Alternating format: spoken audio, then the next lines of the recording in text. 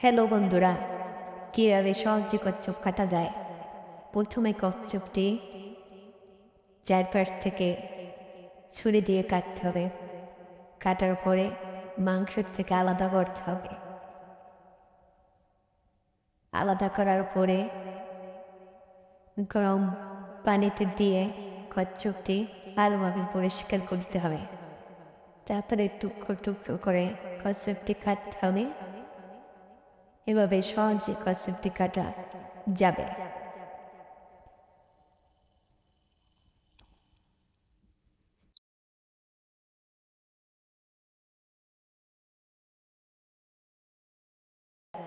প্রথমে কচ্ছপটি চারপাশ থেকে ছুরি দিয়ে কাটতে হবে।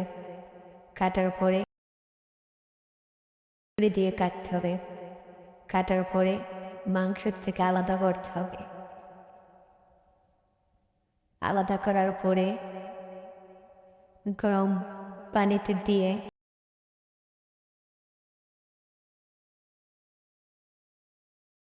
দিয়ে কচ্ছপটি ভালোভাবে পরিষ্কার করতে হবে।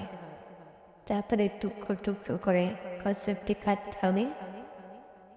এভাবে সহজে কচ্ছপটি কাটা যাবে।